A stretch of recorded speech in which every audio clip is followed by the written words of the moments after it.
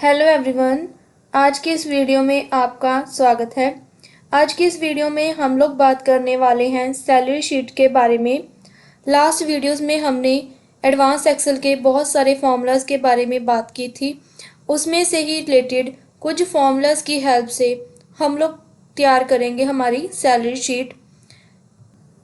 इस वीडियो की हेल्प से आप किसी भी इंडस्ट्री या फिर किसी भी कंपनी की सैलरी शीट बहुत ही आसान तरीके से बना सकते हैं।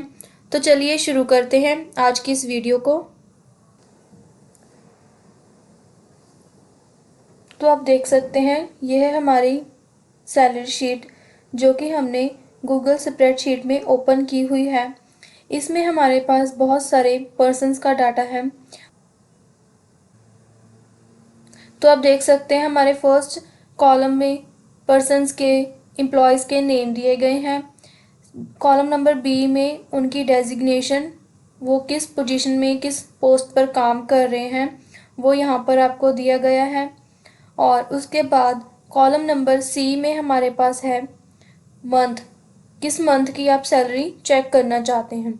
तो अगर आप किस फरवरी, मार्च, अप्रैल इनमें से किसी और मंथ की जो सैलरी है वो बना रहे हैं तो उसके अकॉर्डिंग आप यहाँ से उसका ईयर जो है वो लिख सकते हैं। तो आप देख सकते हैं जो भी मंथ आप सिलेक्ट करेंगे उसके अकॉर्डिंग सभी नेम्स के आगे वही हमारा जो मंथ है वो आ जाएगा। तो हम यहाँ से जनवरी को सिलेक्ट करेंगे। उसके बाद नेक्स्ट है हमारे पास ईयर, कौन से ईयर की आप सैलरी बना रहे हैं। तो आपके पास यहाँ पर सभी ईयर्स दिए गए हैं, इनमें से आप जिस भी चाहे उस ईयर की सैलरी को क्रिएट कर सकते हैं। तो हमने यहाँ पर सिलेक्ट किया 2023, तो सभी एम्प्लॉयज़ के नेम के आगे हमारे पास 2023 आ जाएगा। तो आप इसे यहाँ से चेंज कर सकते हैं। तो आप देख सकते हैं ये हमने यहाँ पर हमारी ड्रॉप डाउन लिस्ट जो है वो बनाकर रखी हुई है। अगर आपको ड्रॉप डाउन लिस्ट बनाना नहीं आता तो आप हमारी एडवांस एक्सेल की लास्ट वीडियोस में जाकर चेक कर सकते हैं, जिसमें हमने जाना था कि आप ड्रॉप डाउन लिस्ट जो है वो कैसे क्रिएट कर सकते हैं। ये वाली ऑप्शन आपको इंसर्ट में यहाँ पर मिल जाएगी। तो इसे आप कैसे क्रिएट कर सकते हैं इसके बारे में आप हमारी लास्ट वीडियोस में देख सकते हैं। उसके बाद नेक्स्ट है हमारे पास टोटल डेज ऑफ मंथ। तो ये हमारे पास यहाँ पर 30 है। 30 वर्किंग डेज की हम जो है सैलरी शीट बना रहे हैं।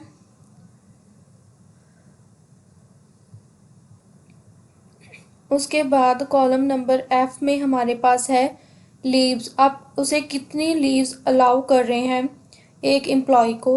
तो आप देख सकते हैं फर्स्ट हमारा जो एम्प्लॉय है उसे हम 2 लीव्स है वो अलाउ कर रहे हैं। उसके बाद वालों को कोई लीव जो है वो अलाउ नहीं की गई है। तो इसके अकॉर्डिंग ही आपके पास यहाँ सभी लीव्स दी गई हैं।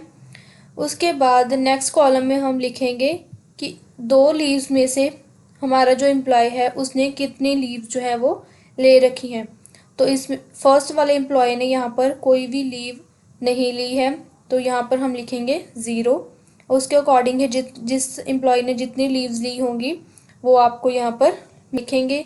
हमारा जो फर्स्ट एम्प्लॉय है उसने टोटल 30 डेज यहाँ पर वर्क किया है, तो उसके वर्किंग डेज यहाँ पर हम लिखेंगे 30।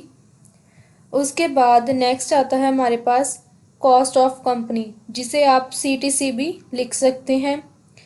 इसका मतलब होता है कि आप एक एम्प्लॉय को एक मंथ में कितनी सैलरी दे रहे हैं, उसके ऊपर आप कितनी कॉस्ट लगा रहे हैं, या आपकी कंपनी जो है वो एक एम्प्लॉय के ऊपर कितनी कॉस्ट लगा रही है। तो उस CTC को आप यहाँ पर लिखेंगे। उसके बाद CTC ऑफ जनवरी 2024, तो जनवरी की CTC हमारे पास यहाँ पर है 60,000। तो ये हमने जनवरी की लिख ली। अगर आप यहाँ पर मंथ को चेंज करेंगे, सपोज हमने यहाँ पर लिखा फरवरी, तो आप देखेंगे हमारी CTC जो है वो भी यहाँ पर ऑटोमेटिकली चेंज हो जाएगी, वो भी आपको यहाँ पर मिल जाएगा फरवरी। उसके साथ ही अगर आप ईयर चेंज करना चाहें, CTC 2025 लिखना चाहें, तो वहाँ पर भी आपका जो CTC है वो 2025 ऑटोमेटिकली हो जाएगा। तो ये आपको एक बेनिफिट मिल जाता है आपकी गूगल शीट में जिसकी हेल्प से आप इजीली जो सैलरी शीट है वो क्रिएट कर सकते हैं। तो इसे हम यहाँ से फिर से जनवरी कर देंगे 2024। उसके बाद आती है हमारी टोटल ग्रॉस सैलरी, जिसमें फर्स्ट नंबर पर दिया गया है बेसिक सैलरी को कैलकुलेट करने के लिए हमने यहाँ पर इफ़ फंक्शन का यूज़ किया है, जिसमें हमने लिखा sign of is equal if. उसके बाद ब्रैकेट डालने के बाद हमने यहाँ पर H4 जो है हमारा सेल है उसे सिलेक्ट किया, जिसमें हमारे पास वर्किंग डेज लिखे हुए हैं, उसे हमने इज इक्वल किया 0 के। कॉमा लगाने के बाद इन्वर्टेड कॉमास में हमने दी स्पेस, यहाँ पर स्पेस। उसके बाद फिर से कॉमा लगाने के बाद हमने लिखा राउंड का फंक्शन, राउंड। उसके बाद ब्रैकेट, फिर से हमने यहाँ पर सिलेक्ट किया J4 सेल, जिसमें हमारे पास CTC ऑफ जनवरी 2024 दी गई है। इसे हम डिवाइड करेंगे E4 सेल से, जो कि है हमारा टोटल डेज ऑफ मंथ, जो कि है 30। उसको हम मल्टीप्लाई करेंगे H4 से, इस वर्किंग डे से। टोटल डेज को वर्किंग डे से मल्टीप्लाई किया। उसके बाद इसको हम फिर से मल्टीप्लाई करेंगे 50% से। तो आपके जो नेट वर्किंग डेज होंगे उसे आप यहाँ से 50% से मल्टीप्लाई करेंगे। कॉमा लगाने के बाद -1 एंड डबल ब्रैकेट क्लोज करेंगे। तो यह है हमारा इफ़ का फॉर्मूला, जिसकी हेल्प से हमने कैलकुलेट की हमारी बेसिक सैलरी, जो कि मंथली सैलरी आप कह सकते हैं। डीए होता है हमारा डीएनएस अलाउंस। इसको कैलकुलेट करने के लिए भी हमने यहाँ पर इफ़ का फंक्शन जो है वो लगाया है। इसमें आप देख सकते हैं राउंड के बाद हमने J4 सेल सेलेक्ट किया, जिसमें CTC जनवरी 2024 है, जो कि है 60,000 को हमने यहाँ पर डिवाइड किया E4 सेल से। E4 है वर्किंग डेज। फिर से इसको हमने मल्टीप्लाई किया था वर्किंग डेज से, और उसके बाद हम यहाँ से करेंगे इसे 10%। डियरनेस अलाउंस जो है हमारा 10%। तो यहाँ पर हमारा डियरनेस अलाउंस जो है वो है 10%। तो इसे आप माइनस करेंगे 1 से, double bracket close, then enter. उसके बाद आपके पास यहाँ पर आ जाएगा आपका डियरनेस अलाउंस, जो कि है 6000। उसके बाद नेक्स्ट आता है हमारे पास HRA। HRA means house rent allowance. एक कंपनी अपने एम्प्लॉय को कितना HRA जो है वो प्रोवाइड कर रही है, उसे आप यहाँ पर लिखेंगे। तो यहाँ पर आप देख सकते हैं फॉर्मूला में 25% जो है वो HRA इस एम्प्लॉय को मिल रहा है। तो उसके अकॉर्डिंग, उसकी सैलरी के अकॉर्डिंग ही उसे यहाँ पर 15,000 जो है HRA मिला। उसके बाद आता है कन्वेंस। तो कन्वेंस होता है एक कंपनी अपने एम्प्लॉय को डेली आने जाने के लिए जो तो आप देख सकते हैं इस एम्प्लॉय की जो कन्वेंस है वो है 1600। उसके बाद नेक्स्ट है हमारे पास कन्वेंस वर्किंग। तो ये भी आप यहाँ पर 1600 ही लिखेंगे। उसके बाद नेक्स्ट आता है मेडिकल एक्सपेंसेस। तो इस कंपनी ने फर्स्ट नंबर वाले एम्प्लॉय को दी है 1250 जो है वो मेडिकल एक्सपेंसेस मिले हैं। उसके बाद आता है स्पेशल, कोई अदर जो उसे पे किया गया है, कोई स्पेशल पेज, तो आप यहाँ पर लिखेंगे, वो है इस एम्प्लॉय का 6150। उसके बाद आता है बोनस। बोनस को आप इस कॉलम में लिखेंगे। तो जितना भी आपको बोनस मिला है एक एम्प्लॉय को, तो आप उसे इस वाले कॉलम में लिखेंगे। उसके बाद आता है टीए।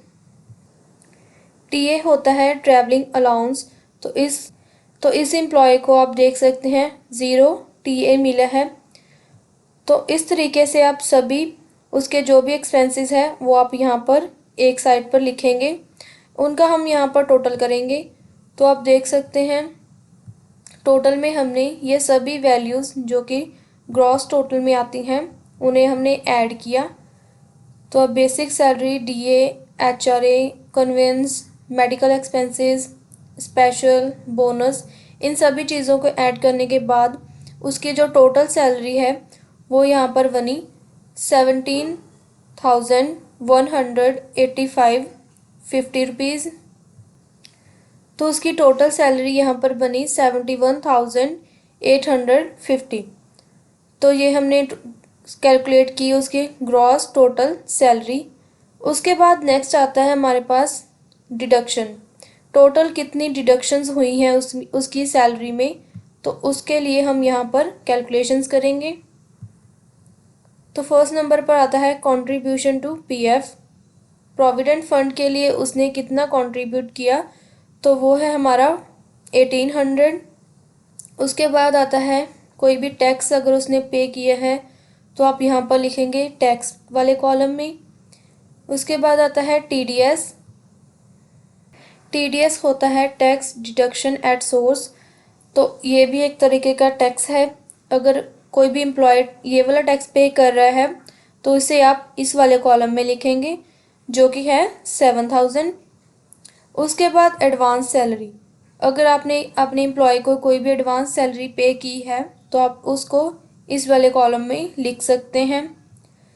उसके बाद इसका हम करेंगे यहाँ पर टोटल। तो डिडक्शंस का टोटल करने के लिए हमने यहाँ पर लगाया सम का फॉर्मूला और इन दोनों जो हमारे टैक्स हैं और जो हमारा प्रोविडेंट फंड है उसे हमने यहाँ पर ऐड किया। तो ये हमारा टोटल आया यहाँ पर 8,800। उसके बाद नेक्स्ट है हमारे पास नेट पेबल। तो आप देख सकते हैं हमारे टोटल डिडक्शन में से हमने माइनस करें, तो उसके बाद टोटल डिडक्शंस को माइनस करेंगे हम हमारी टोटल ग्रॉस सैलरी में से। तो इसके लिए भी हमने यहाँ पर फॉर्मूला लगाया इफ़ एरर ब्रैकेट W3 वाले सेल को सिलेक्ट करेंगे जिसमें हमारे पास टोटल दिया गया है ग्रॉस सैलरी का, उसे हम माइनस करेंगे इस वाली वैल्यू को जो कि हमारी टोटल डिडक्शन वाली वैल्यू। इसे माइनस करने के बाद आपके पास यहाँ पर नेट पेज जो है वो आ जाएंगे।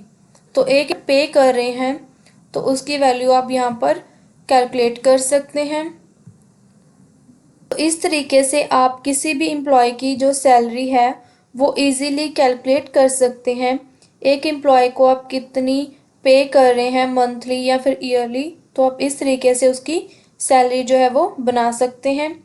उसके बाद यहाँ पर उसकी अदर इन्फॉर्मेशन है जैसे कि उसका जेंडर, कौन सा जेंडर है, वो मेल काम कर रहा है या फिर कोई फीमेल है। तो आप यहाँ से इसे चेंज कर सकते हैं अकॉर्डिंग टू उसके नेम।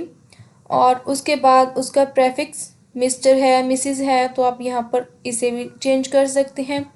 लिखे बाद है उसका नेम ऑफ ऑथराइज्ड, तो आप यहाँ पर वो चेंज कर सकते हैं इसे इस वाली ऑप्शन की हेल्प से। वो किसके अंडर काम कर रहा है तो आप यहाँ पर उसे लिख सकते हैं। उसके बाद आता है पीएफ एप्लीकेबल। अगर वो एप्लीकेबल है तो उसे यस कर सकते हैं, अगर नहीं है तो नो कर सकते हैं।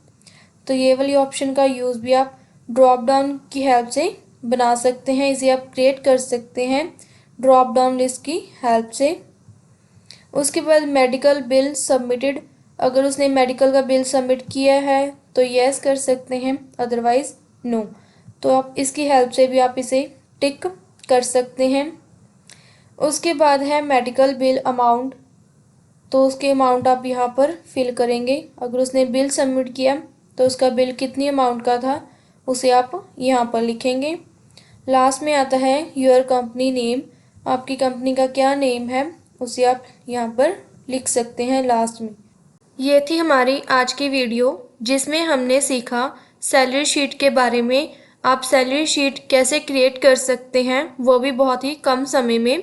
और अगर आप एडवांस एक्सेल का फुल कोर्स करना चाहते हैं तो आप हमारी वेबसाइट www.microwavecomputer.com पर जाकर ऑनलाइन कोर्सेज में से एडवांस एक्सेल का फुल कोर्स बाय कर सकते हैं, जिसकी हेल्प से आप एडवांस एक्सेल को बहुत अच्छे से सीख सकते हैं और सैलरी शीट बनाना भी आपके लिए बहुत ज़्यादा आसान हो जाएगा, जिसका लिंक आपको डिस्क्रिप्शन में भी मिल जाएगा।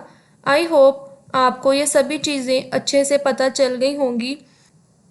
ऐसे ही और इन्फॉर्मेशन वीडियोस के लिए आप हमारे यूट्यूब चैनल को सब्सक्राइब करें, वीडियो को लाइक एंड शेयर करें। Thank you so much.